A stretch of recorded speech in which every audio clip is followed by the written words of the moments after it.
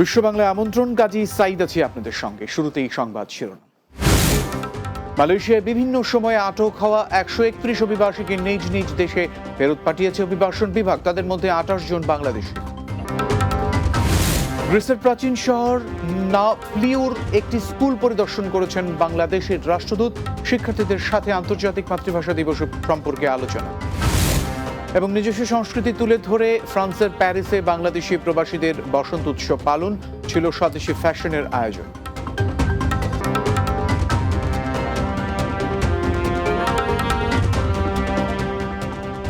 এতক্ষণ শিরোনাম শুনছিলেন, চলে যাব বিস্তারিত খবরে।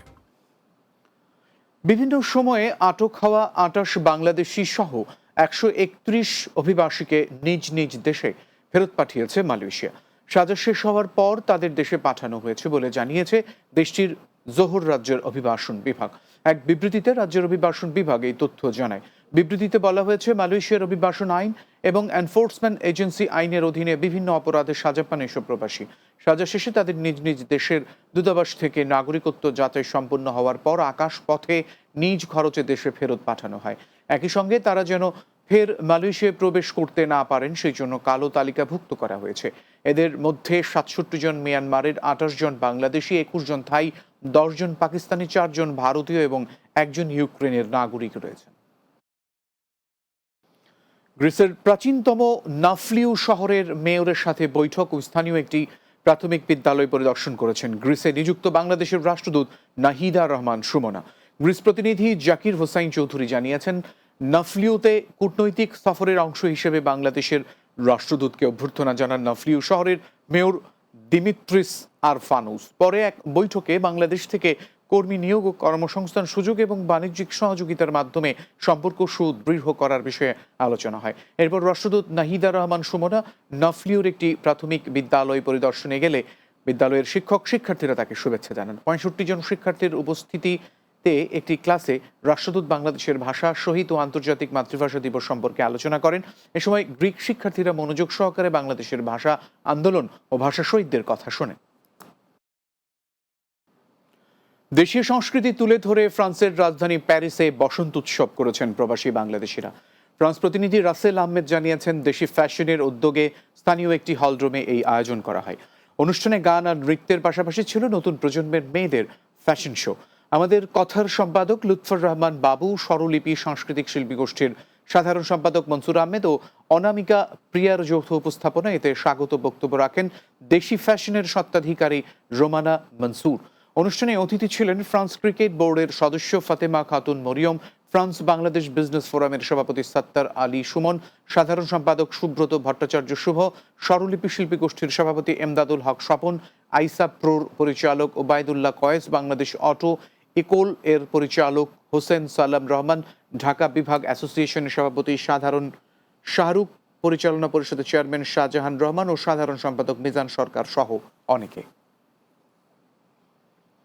North England Bangladeshi TV journalist অ্যাসোসিয়েশনের 2024-26 কার্যকরী কমিটির অভিষেক সভা অনুষ্ঠিত হয়েছে। নতুন এই কমিটিকে অভিনন্দন জানান ম্যানচেস্টারের বাংলাদেশের সহকারী হাই কমিশনার মোহাম্মদ জুবায়ের হোসেন।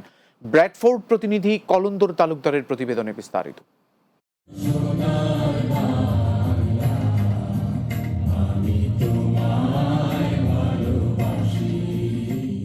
জমকালো আয়োজনের মধ্য দিয়ে অনুষ্ঠিত হল north England Bangladeshi TV journalist association নেবজার 2024-26 কার্যকরী কমিটির অভিষেক অনুষ্ঠান ব্রাডফোর্ডের একটি স্থানীয় ব্যাংকুয়েটিং হলে সাধারণ সম্পাদক নূরে আলম রব্বানী ও সাবেক সাধারণ সম্পাদক কলন্দর তালুকদারের যৌথ সঞ্চালনায় অনুষ্ঠিত অনুষ্ঠানে সভাপতিত্ব করেন সংগঠনের সভাপতি আহমদ হোসেন হেলাল। আগত অতিথিদের উদ্দেশ্যে স্বাগত বক্তব্য রাখেন প্রাক্তন সভাপতি শেখ সুরত মিয়া। এতে প্রধান অতিথি হিসেবে উপস্থিত ছিলেন ম্যানচেস্টারস্থ বাংলাদেশ সহকারী হাই কমিশনের সহকারী হাই কমিশনার মোহাম্মদ জুবায়ের হোসেন। আজকে নেবজার যে নতুন নবনির্বাচিত কমিটির যে ইনঅগ্রেশন প্রোগ্রামটি অত্যন্ত চমৎকার একটা প্রোগ্রাম হয়েছে এবং আমি এই নেবজার এই নবনির্বাচিত কমিটিকে আমার ব্যক্তিগত তরফ থেকে এবং সহকারী হাই কমিশনের তরফ থেকে অভিনন্দন জানাই। বিশেষ অতিথি হিসেবে উপস্থিত ছিলেন গ্রেটার সিলেট কাউন্সিল নর্থ রিজিয়নের সভাপতি হাজী ফয়জুল ইসলাম ও কাউন্সিলর ইসমাইল উদ্দিন। নির্বাচন কমিশনার হাসানুজ্জামান খান, মিজানুর রহমান মিজান ও শেখ সুরত মিয়া উপস্থিত সকলের সম্মুখে নবনির্বাচিত সভাপতি আহমেদ হোসেন হেলাল, সাধারণ সম্পাদক নূরে আলম রব্বানী ও কোষাধ্যক্ষ সোহেল আহমদ সহ সংগঠনের সকল সদস্যদেরকে পরিচয় করিয়ে দেন। এহেন চ্যালেঞ্জিং ও ঝুঁকিপূর্ণ পেশার সাথে সম্পৃক্ত সকলের ভূয়সী প্রশংসা করে অনুষ্ঠানে অন্যান্যদের মধ্যে বক্তব্য রাখেন রূপচাঁদ দাস রূপক, জামাল আহমেদ, ফখরুল হুসাইন, সৈয়দ রাসেল, নেসার আলী ও হান্নান চৌধুরী সহ অন্যান্যরা। পরিশেষে সংগঠনের 10ম বর্ষপূর্তিতে কেক কেটে ও মনোজ্ঞ সাংস্কৃতিক অনুষ্ঠানের মধ্য দিয়ে অনুষ্ঠানের সমাপ্তি ঘোষণা করা হয়। কলন্দর তালুকদার, বাংলা টিভি। বিশ্ব বাংলায় বিরতি নিচ্ছে, এরপর আরো যা থাকবে। বাহরাইনের সালমাবাদ শহরে চালু হলো বাংলাদেশি মালিকানাধীন প্রতিষ্ঠান ড্রাইভওয়ে অটো পার্টস WLL। প্রবাসীদের সহযোগিতা কামনা।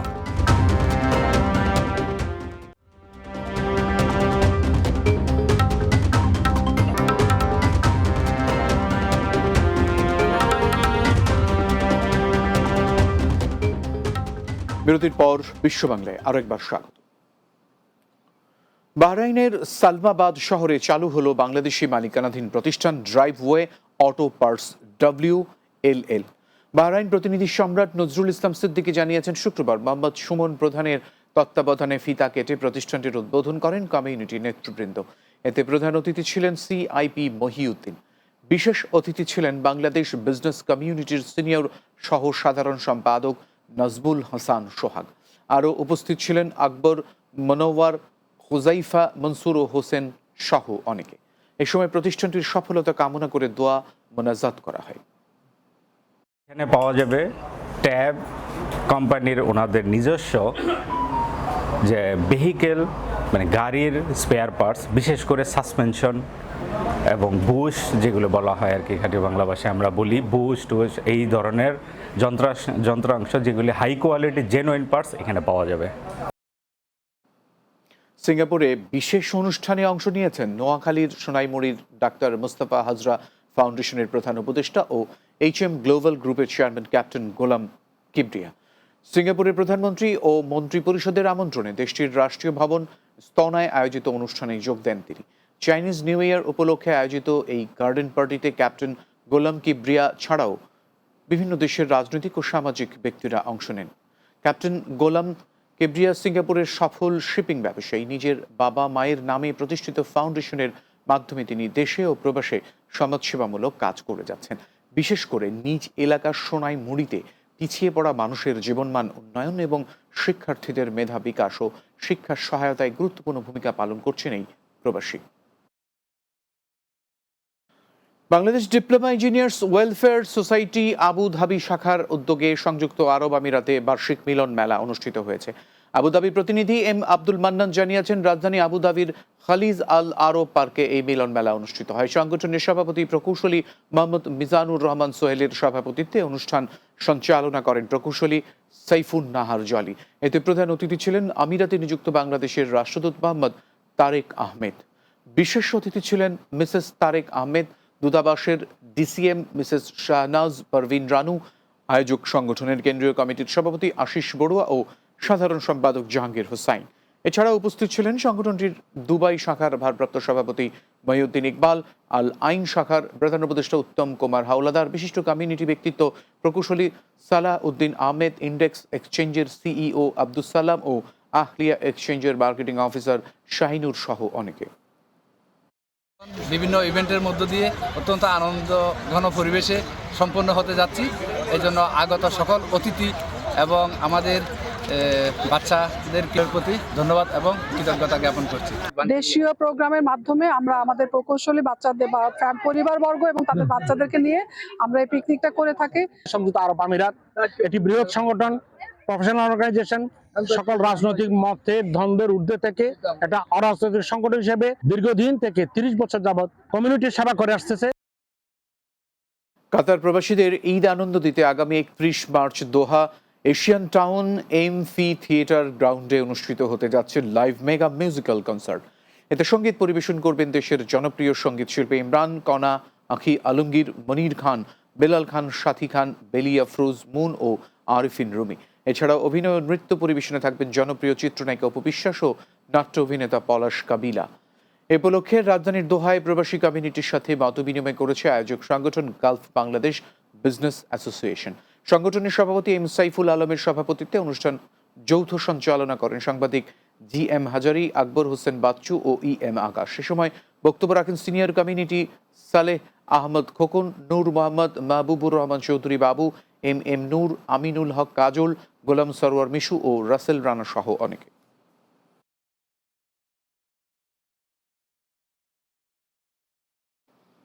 বিশ্ব বাংলা শেষ করব, তার আগে এক নজরে সবগুলো শিরোনাম জানাব। মালয়েশিয়ায় বিভিন্ন সময়ে আটক হওয়া 131 অভিবাসীকে নিজ নিজ দেশে ফেরত পাঠিয়েছে অভিবাসন বিভাগ। তাদের মধ্যে 28 জন বাংলাদেশি। গ্রিসের প্রাচীন শহরের নাফলিউর একটি স্কুল পরিদর্শন করেছেন বাংলাদেশের রাষ্ট্রদূত। শিক্ষার্থীদের সাথে আন্তর্জাতিক মাতৃভাষা দিবস সম্পর্কে আলোচনা। নিজস্ব সংস্কৃতি তুলে ধরে ফ্রান্সের প্যারিসে বাংলাদেশি প্রবাসীদের বসন্ত উৎসব পালন, ছিল স্বদেশি ফ্যাশনের আয়োজন। এবং বাহরাইনের সালমাবাদ শহরে চালু হলো বাংলাদেশি মালিকানাধীন প্রতিষ্ঠান ড্রাইভওয়ে অটো পার্টস WLL। প্রবাসীদের সহযোগিতা কামনা।